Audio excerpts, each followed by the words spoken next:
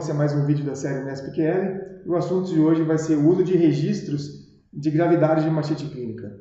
Esse é um assunto bastante moderno, é um conceito que pode ser aplicado desde as fazendas menores até as maiores do mundo. Hoje em dia, contando que a fazenda tenha consultoria especializada de qualidade do leite, esse conceito vai ser muito aplicável e relevante. Eu gostaria de explicar o motivo pelo qual a gente faz isso no final da apresentação. Primeiro vamos dar uma olhada nas definições de gravidade e ao longo da apresentação vocês vão imaginando já por que é tão importante registrar a gravidade de todos os casos de mastite clínica no rebanho. Essa escala ela foi proposta em 2001, já faz algum tempo, e desde aí ela tem sido usada extensivamente no mundo todo. Ela simplesmente divide a mastite aqui em grau 1, então a mastite leve, grau 2 moderada e grau 3, também chamada de mastite grave. Na mastite grau 1, ou mastite leve, somente a gente vê alterações no leite, então qualquer alteração física, o leite pode ter grumo, pus, pode haver alterações na viscosidade, na coloração, enfim, qualquer alteração no leite. Mas nesse caso, o úbrio da vaca ou a mama está normal e a vaca também, o estado sistêmico dela está normal. Então ela não está doente, não tem nenhum sinal de prostração, febre, apatia, nada disso. A alteração só é vista fisicamente no leite. Então essa é a mastite grau 1. Na mastite grau 2, ou mastite moderada, o leite está alterado e essa alteração no leite é acompanhada por alterações na glândula mamária. Então, como vocês podem ver aqui na foto, né? Dá para ver aqui sinais inflamatórios.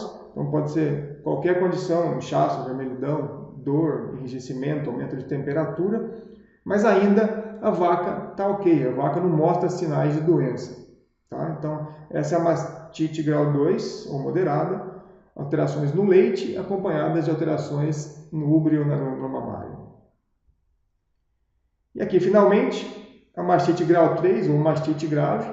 Nesse caso, a diferença é que há alterações tanto no leite, como no úbrio da vaca, como no estado sistêmico do animal. Então, o animal apresenta sinais de doença grave, pode haver qualquer sinal desses como choque, prostração, então aqui desidratação, febre, inapetência. Normalmente a vaca está caída, é uma condição muito difícil de ser resolvida. Esses casos são associados principalmente aos patógenos coliformes, Klebsiella, Escherichia coli, apesar de outros agentes também poderem causar a mastite grave. São casos que aproximadamente 40% deles têm bacteremia, ou seja, tem esse escape das bactérias para a corrente circulatória. E o problema também é que eles são difíceis de tratar e ao redor de 20% resultam no óbito do animal. Então é um quadro de mastite realmente complicado. O que salva a vida do animal realmente aqui para tirar desse estado é uma hidratação muito bem feita. Tá bom? Então esses são os 3 graus de mastite. E aqui agora a parte mais interessante, né, que é a distribuição da severidade.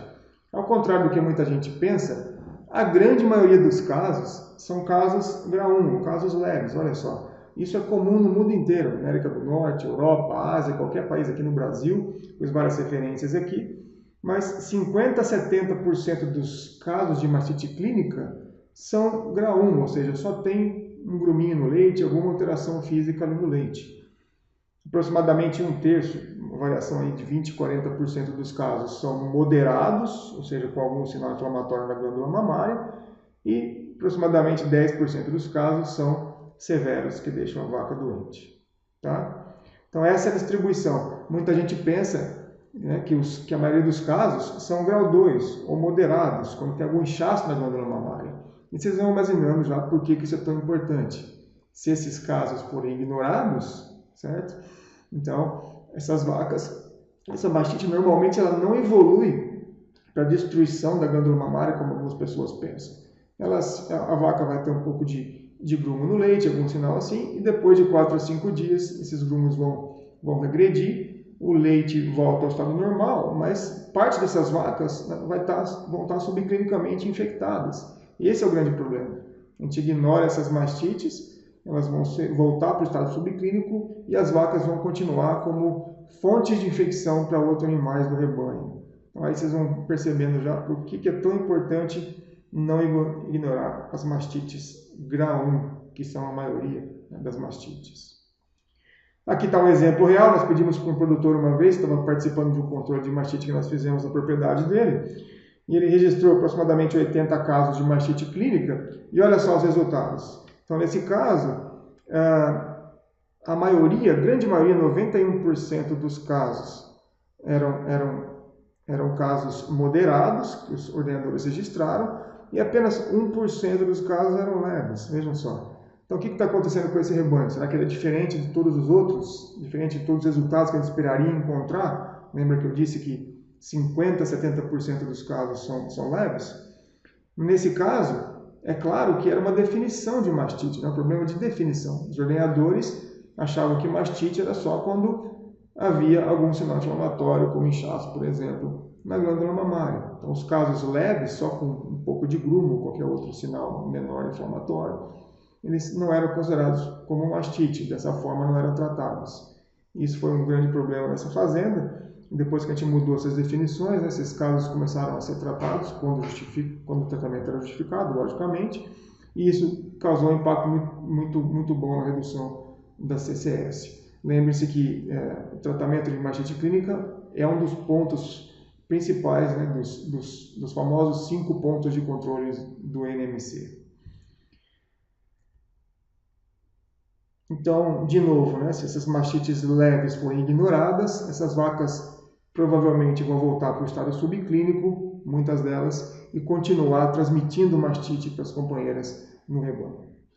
Então, aqui eu vou falar 3 das principais aplicações, né, dos registros de mastite clínica que justificam por que ter esse trabalho, e isso pode ser registrado numa ficha de papel, numa planilha de Excel ou qualquer programa de gerenciamento de pecuária leiteira, mas é importante que seja feito e analisado, né, de tempos em tempos pelos consultores. Então, o primeiro motivo, como eu já disse, é avaliar a detecção de mastite pelos ordenhadores. A gente perceber ao longo do tempo que a proporção de casos leves está diminuindo muito, né, no rebanho, provavelmente, né, isso pode indicar que a mastite não está sendo detectada corretamente. Então, isso é muito prático, né? Principalmente quando mudam as pessoas, mudam os ordenhadores, as pessoas não são treinadas ainda, a gente vê esse tipo de mudança acontecendo.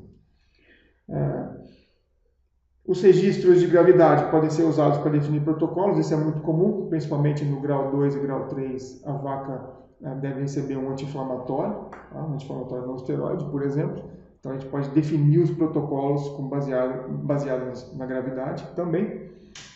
E aqui, importantíssimo, o terceiro item é monitorar as mudanças epidemiológicas nas causas da mastite.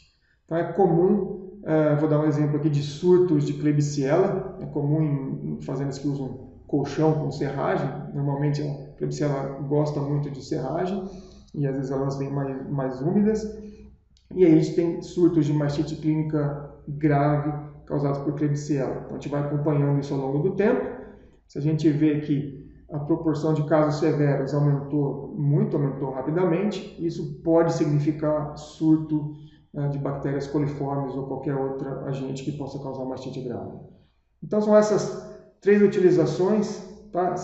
Na verdade, isso tem um uso muito importante em consultoria de mastite, não é difícil de fazer, não custa nada, as informações é só a gente recolher e registrar e ter alguém para analisar, mas façam isso então que vai ser de bastante utilidade no trabalho de vocês. Então, obrigado por assistir, a gente vai terminando por aqui.